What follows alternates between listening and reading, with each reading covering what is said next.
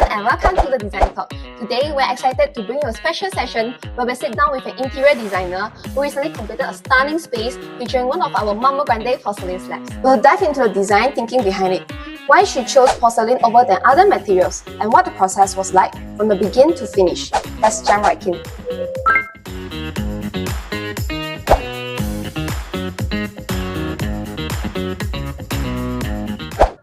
Hi Nicole, thanks Hi. for joining.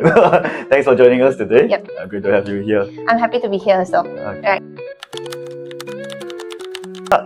Let's start from the top. What was the vision for the space, or specifically the tabletop design? So the vision for this whole studio is actually we are looking at the natural, grounded, and also very energetic kind of feel for the whole space because it is very similar to the client personality. For the tabletop, we actually do want the piece to feels more like natural and also welcoming, there whereby it can make my whole studio look more natural and have the sense of nature for the everyday use kind of feel.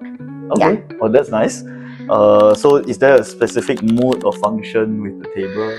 Yeah, actually we do have we are taking care of this both the mood and also the function. So for the mood, right, we also, as what I say, we were actually looking at the nature and also very warm and welcoming kind of feel so that it can allow people to always gather over there to connect. And then at the same time, for the function wise, we are looking at the durability and also the practical. So as you know, the slab that you guys are having is it looks very premium. So I do not want my client to feel very stressful while using it. For the slab that that I chose, right, it basically looks very premium, but actually no need to worry how to take care. So that's what my main point there why I chose a porcelain slab.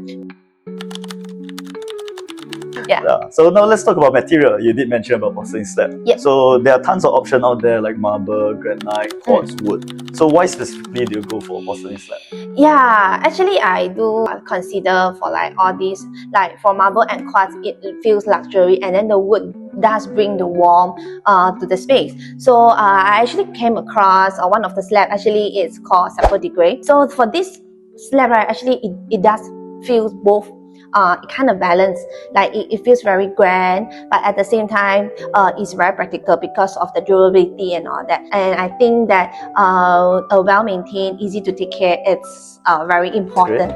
So yeah, as you mentioned, you chose our Sapphire Gray from Marmo Grande. Yeah. So why do you choose that one specifically? Yeah, actually I put, we propose at two space. One is at the foyer and one is at the kitchen and top.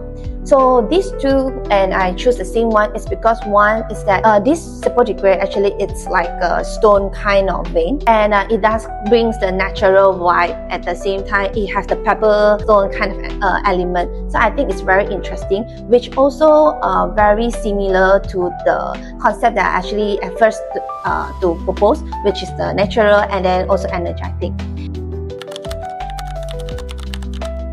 Alright, so let's get technical for a second. So I think just now you mentioned that there's some good benefits of porcelain slab. So as a designer, what are your key advantage in choosing porcelain slab that you can share? I think porcelain slab do have the beauty and also the practical at the same time. So for porcelain slab, you guys have big slab. That means that when it's big slab, that means it's silver joints, which is very good for us because we can design a very refined design. So another function will be scratch resistant and then heat resistant and also the stain resistant. Yeah, so I think for client wise, it will be easier for them to take care, and then they have worry free while using it. Yeah. Okay.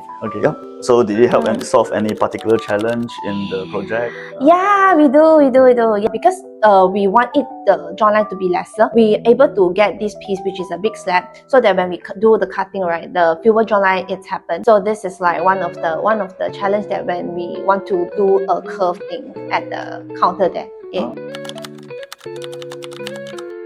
How about let's talk about the execution experience. So for the execution part, how was the installation process? Oh, because as mentioned, the slab is very big, so it's very heavy. So when it's heavy, the room for the error is very minimum. and also that another thing would be like the measurement. I think you guys did a good job on the measurement because there are a few parts I need a curved one, and then have to be very precise. So you guys have very good in So, that. any like custom work involved? I think you mentioned that there's some curve. Yeah. Actually, the only custom workmanship involved was the counter at the entrance there, the console. Because at the over there is one curve edging. That particular part we actually need to let the fabricator to take back our carpentry mold, the mold, so that they only they send back to. I give it to you all, and then only you guys able to cut for me. So I think that is the technical, and I think it's a customized part for the whole project. Well, that was a really insightful session. I'm Yes. sure everyone will enjoy this kind of perspective from the idea, like where form and function can come together. Yes. Thank you again for joining us today, Nicole. Thank you for having me. Thank you. Thank you. Bye. It was such a great insight into the design process behind this beautiful installation. If you are looking for porcelain slab for your next project, hopefully this video gives you a clearer picture of both practical and creative reasons to choose them. Okay, so thanks for our guests today and see you in the next episode of our Design Talk. Bye!